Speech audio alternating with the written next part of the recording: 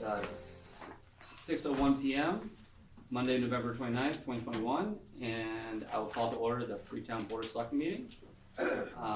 First on the agenda today is a public hearing, which is in conjunction with the Board of Assessors, and it is to decide the selection of the residential factor to determine the percentage of the tax burden to be borne by each class of property. So I will open the public hearing, and I'll kick it over to the Board of Assessors. You can talk about how we're gonna go about the decision and what you recommend.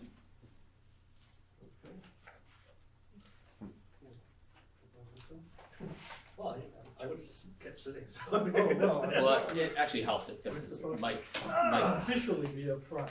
yes. You wanna just state your name and, Yeah, I'm Mike Motta, I'm Chairman of the Board of Assessors. And thank you all for having us here. Thank you. Board members, Paul Sadek and Jeff Fields send their regrets that they're unable to make it, but otherwise they would like to be here. So we have provided you with, four sheets that begin with this what-if scenario worksheet. And let me just preface all this by saying that the purpose of the meeting tonight is to determine the tax shift between residential and commercial. It is not to determine the actual tax rate. And in fact, the numbers that we have tonight, as far as examples for rates and averages and so forth, may change, may be likely to change, but really the goal is to set the shift itself. So what we did was provide you with a worksheet. hold on a second, I think Sorry, George is gonna. Oh, I'm sorry.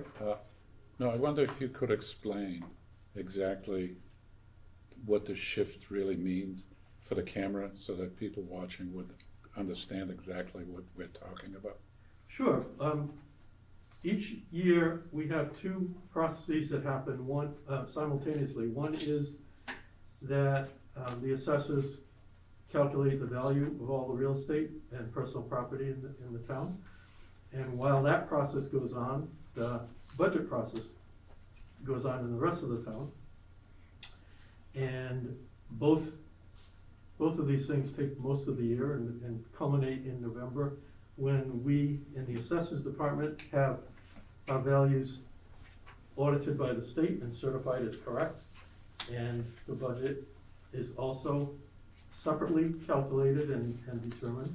So what we do today is we take the total levy, which on this scenario worksheet is 24,547,086, and calculate the total property value to come up with a single tax rate of $13.99.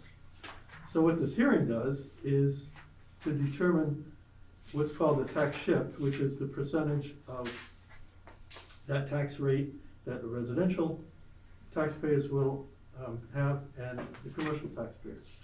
So what the town has done in the past is selected, for instance, last year the shift was 1.43, which on this sheet you'll see we've highlighted. Yep. And so the boards, the selectmen, select board's decision tonight to determine which number you're gonna pick, and we've used examples from 1.40 to 1.50. And the higher that number is, the lower the residential burden is, and the shift then becomes onto the commercial side. So that's what we have on that worksheet that, as I said, shows you what each of those shifts would be and examples of what the estimated tax rate would be. The second sheet that we have is, shows us what the single family and commercial total values are, the number of parcels, what the average value for each of those two classes are, and what, given a particular tax rate, what the average bill would be for those. At the beginning, we show what the numbers were for 2021, and below that, we show what this year's total value and average values are. And then below that is a table showing given each of the shifts, what the increase or decrease would be for a given class. And with that, I would entertain any questions you may have. Thank you, that was Pretty good. straightforward, yeah. So maintaining the current shift 1.43 would result in an average homeowner's bill increasing by $276, and the average commercial bill decreased by $79. That's correct.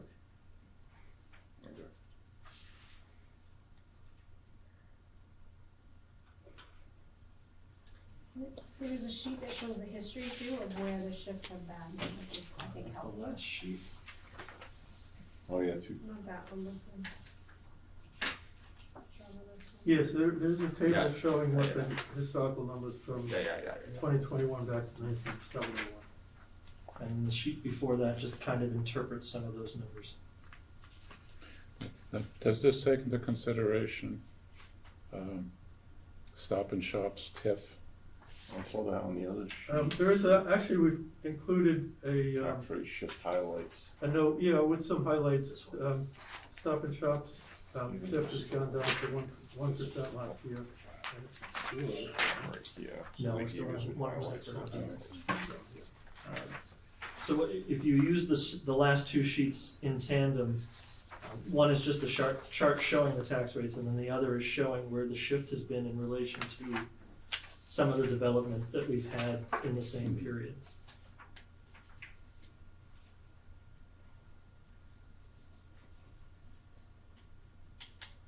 Now, do you know where we kind of measure up to comparable communities? I mean, have you guys looked into that, like where they're, Generally not. There's no rhyme or reason behind why some towns have the shifts that they have, so it's not like you wouldn't benefit from saying, oh, Berkeley's shift is 1.6 or something like it. And in fact, some towns we've reached a point where the maximum shift that we're allowed is 1.5. Some of the surrounding towns may still be higher than that. They may still be allowed to do a higher ratio. yeah, So it's not an apples to apples, it's kind that of an makes apples sense, to I oranges. can see that. Now, on the sheet, potential change, we're at 1.43 now, is that correct? Yes, Okay. So if we leave it at that, commercials will go down $79.29 per thousand, or what is that number? that's their On total average. bill for the year, On average. on average, that's a rough average. Oh, so that's a So, dollar yeah, amount. So they Yes. showed up above, George, you see the average single family and then the average commercial. Okay, So this is how they're determining it off. yeah, but that's Based a off of total number that doesn't really, Total number, then they divide that by the number of parcels to get the average value. okay, So it's total number divided Yeah. by the number of parcels, Right. so the average value, and then based on that rate would give you this, and then that's what it was last year, so it would affect it and go, right, so basically, where I was going with this is, we're at 1.43 now, and if we leave it that way, the commercial bills will go down on an average $79.29, is that correct? Yes, And a residential will go up $276.18, yes. okay? So personally, I would prefer to see, go down The- one. yeah, to change that somewhat, to be more equitable and, To the residents, Yes, yep. right, I agree. and, you know, businesses, I mean, why would we want to decrease taxes to businesses that can absorb it a lot easier than residential? And also like the businesses we have in town, it's not like it's a lot of retail kind of places that would have been, you know, negatively impacted a lot during COVID and all that other kind of stuff. I think, you know, to a certain degree, Right, it won't be as sensitive yeah, to the change, whereas residents may be more sensitive. so, so the question then really becomes, what do we want to make to shift? What are your recommendations? Well, our requirement in this process is to present the information, but not to give any recommendation. Actually, everything that's done in the assessing office is done based on state law, and Okay. it's just not our, it's not our place. Yeah, no, really. and it's, the numbers are the numbers, right? So it Correct. is what it is, so I mean, I personally, it's either go to 144 or 145. Yeah. Right, I mean, And it's important for folks at home that are watching to remember these are averages. So if somebody did nothing to their house or very minimal to their house, this might be what they expect. If somebody added a 4-car garage and 16 bedrooms and whatever, they're gonna go up way more than the numbers you're reading off to me. Right. It's just an average. Yeah, I mean, that's, makes sense. Okay, Yeah, I mean, I circled already 145, that's what I, I'm okay with either 144 or 145. and you mentioned that we can't go above 1.5 is the largest we can Right. go. There was a point in time, I think it was in the 90s, late 90s, early 2000, that 1997 actually it looks like, that we dropped below 1.5, and that's like a cutoff point for the state. Once you pass that, they won't let you go back above it. So we're kind of locked into 1.5 or lower at this point. You'll never get back, like in 1991, you'll never get back to a 1.65 without so some you, bizarre miracle. if I understood you correctly, and just to clarify, we could reasonably go up to 1.5. I mean, I'm not suggesting that we do that, but that is what we could do here tonight, Yes, that is. without any effect on, state regulations or Right, whatever. yeah, the state would approve a number up to 1.5, they would not approve anything beyond that. Okay, Um, okay. So what do you have any input on this? What do you think? Well, I think that, one of my concerns is always the smaller business, that we don't tax them to the point where then they stop existing. But I also think the residential, you might wanna split the impacts between the two. So at a 1.47 or 1.46, where the residential will bear a $208 increase and the businesses will increase 253. I like that they're close, or even 1.46 where the impacts are similar, Mm-hmm. but it's really the selectmen's decision.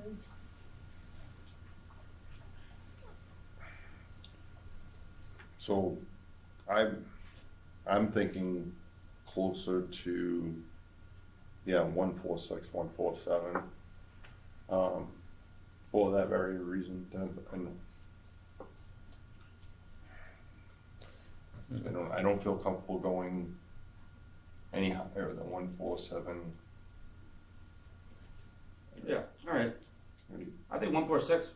146. I'm Yeah, okay I'd with say that. 147. You want to do one? You're saying Yeah. 147, George? Yeah, but 147, the residential will go up $208, Yep. and a business will go up $253. I mean, I'd like to push it further down, but, Yeah. I'm not the small businesses, Yeah, because of that very reason, Yeah. I'm not comfortable going yeah, above I mean, I'd like to see, I'd go to 1.5 if it was just Stop and Shop and Amazon. Yeah. But And so, that's- just before we vote on this, so the Amazon TIF diminishes to 75% this coming fiscal year. The year that we're in now, yes. Yes. So this is the first year that they are paying anything on their building and anything on their personal property. So that's got to be a relatively substantial number.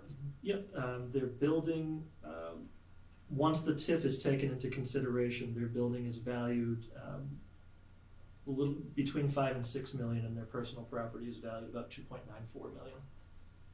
We also had, just because Kim asked me this for another reason earlier today, we had another solar project that came to its point of fruition, so that was Mhm. $15 million in value we didn't have last year, and there was something else.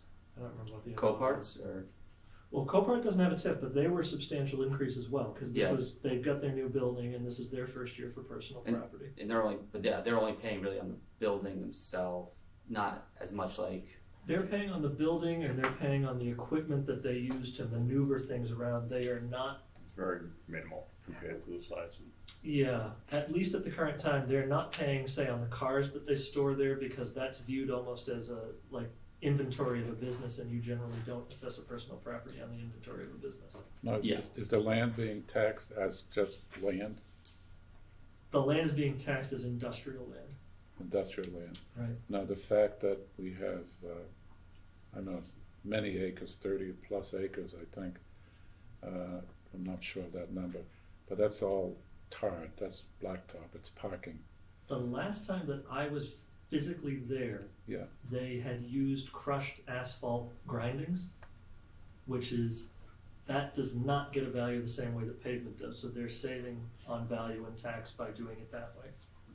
Genius. If they had paved the whole thing, they'd be paying a lot more than what they did, they were very smart about that. yeah, Yeah, it's, because- it's not their first rodeo, right? Yeah. They, Okay, But they are, I mean, when Copart first acquired that property, when it had been just totally vacant land, just the abandoned gas plant that it was, the land was being valued at around, well, the whole property was being valued at around $5 or $6 million.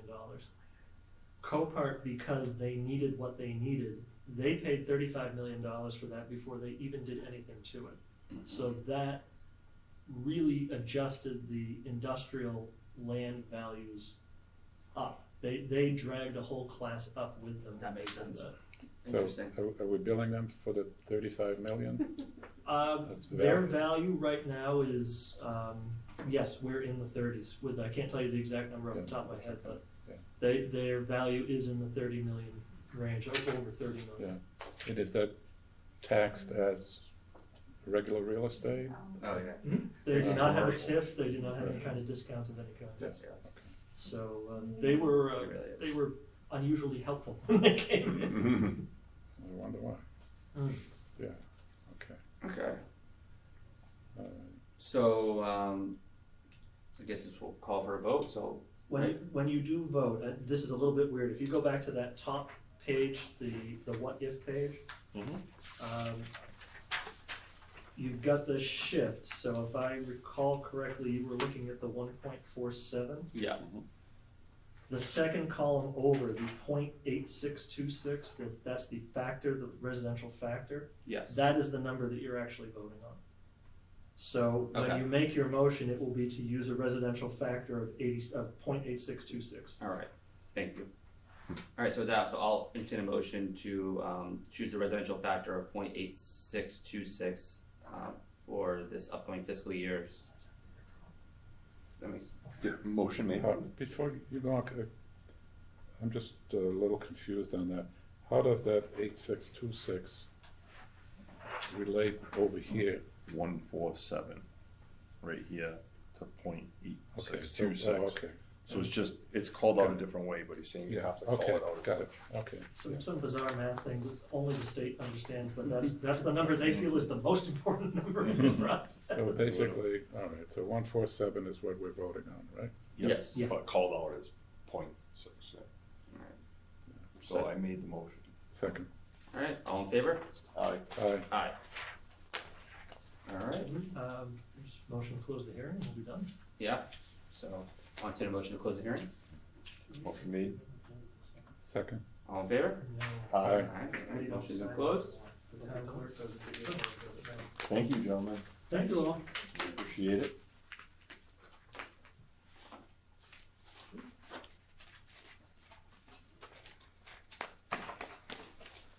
So Mike was asking a second ago, in the past, there was something the selectmen had to sign, you guys don't sign that anymore. Cheryl goes in tomorrow and signs something on Gateway that basically says you did what you just did. Gotcha. All right, well, thank you very much, I appreciate it. Yeah. All right, moving on. So next, it looks like we have discussion and possible action following topics. So this is discussion and vote on establishing a COA subcommittee for the Council on Aging project. Which, I guess discussion, I think this is the obvious thing we need to do. I don't think we're gonna put, specific people on that today, obviously, but this vote was just to establish that we're, Establish a subcommittee. Didn't we have that on the personnel board? You may wanna, look at some, And then we may wanna discuss some of the logistics and Yeah. those, Cross this off and- so we'll just who will make be on the it COA, we saying we're gonna have to. touched upon it in the building, committee meeting, like, one person was representing the select board, one's representing the finance committee, two people from the COA, two people maybe from just the public at large. And I think it was suggested that Debbie, I'm having a hard time hearing you. one TA, and I don't know what else, so we're talking about what the makeup of the COA subcommittee should be. So, you know, obviously a member from the Board of Selectmen, 2 members from the Council on Aging. 1 or 2, how many members do we think, I guess we could look at the police station as a kind of template, but from the actual building committee? yeah, 2 from the building committee, I think was the suggestion. 1 person from each district, And I think that's what it was too, the district, yeah. so it's 3 additional people. And then, so that would be 3, 4, 5, 6, Look at the 7, finance 8. committee. I was just gonna One ask, should we do the committee. finance committee? Makes sense, right?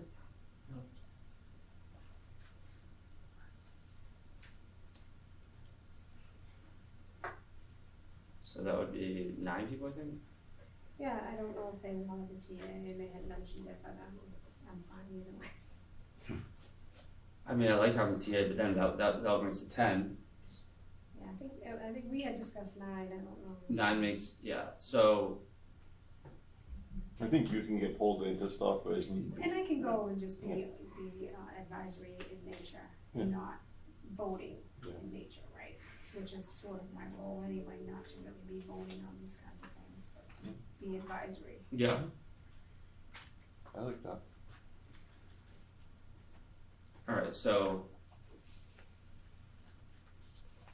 Yeah, I think that makes sense. Yeah, I think that sums up a good group of people from, And so you will officially be on the committee, or do you think you will be? no, No, I think I'll just go and be advisory. Yeah, that makes sense to me. Yeah. Okay, so I will entertain a motion to create the Council on Aging subcommittee for the Council on Aging project, consisting of 1 representative from the Board of Selectmen, 2 representatives from the Council on Aging, 2 representatives from the Building Committee, 1 representative from each district, and 1 representative from the Finance Committee.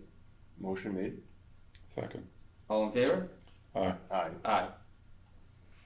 And so, just so you know, so that we can get that balance, we're not gonna appoint anybody until we have, These spots. Everything. right, Everything, because we everything. won't know what that mix will be until we get interest from Did you?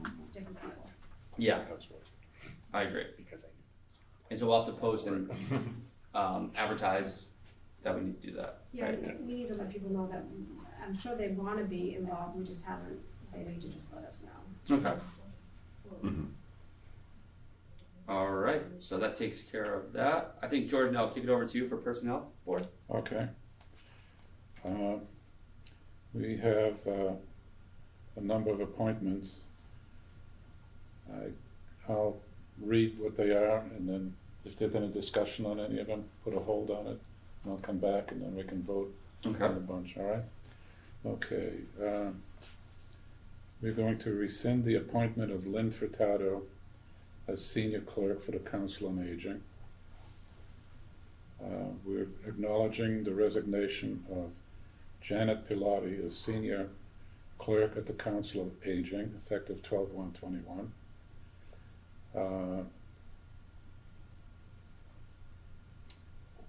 Lee Baumgarten is resigning from the Water and Sewer Commission, effective 12/1/21.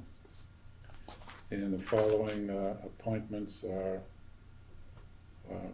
being made.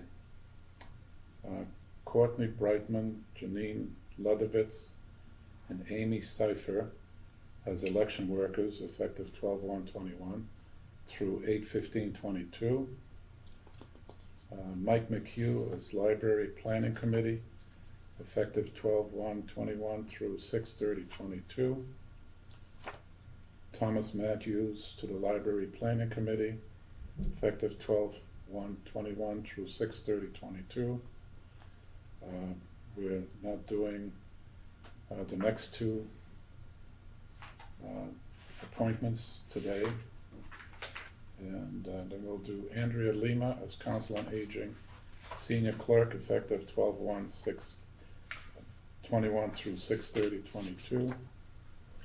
And Jacqueline Garrell as Part-Time CARES Act Senior Clerk for the Council on Aging, effective 12/1/21 through 12/31/21.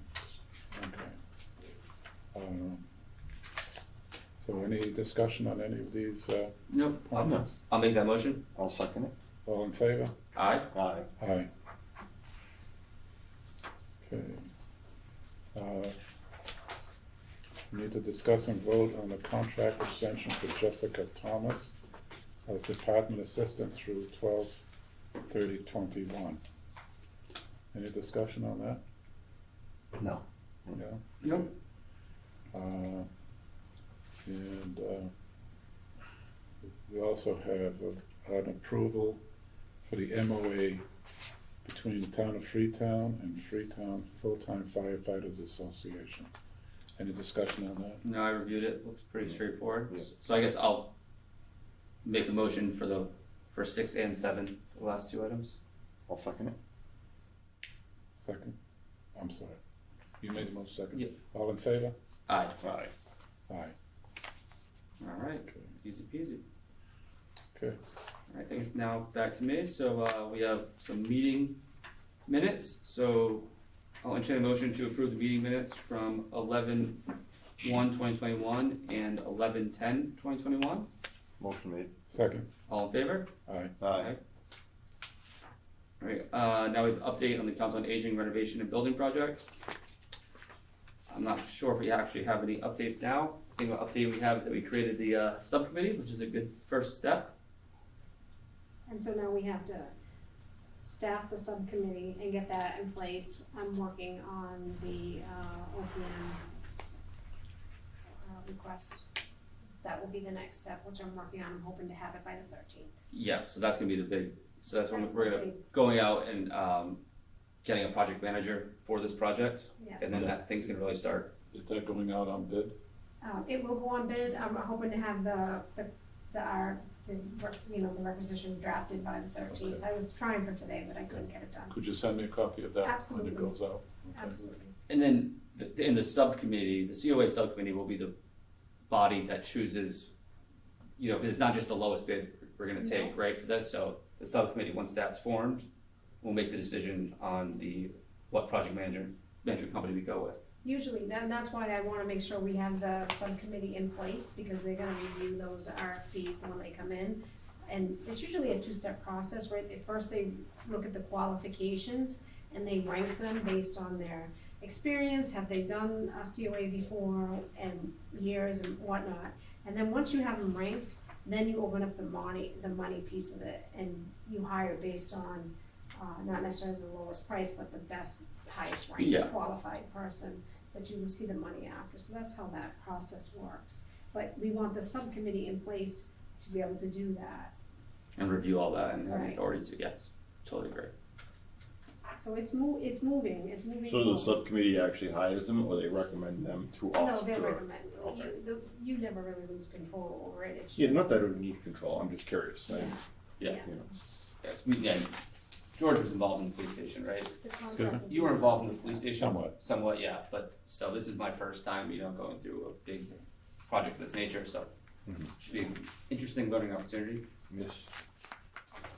Alright, great. Hopefully it won't be the only project, right, like hopefully we Yeah. can get some other stuff Yeah. going on. This one. Momentum going.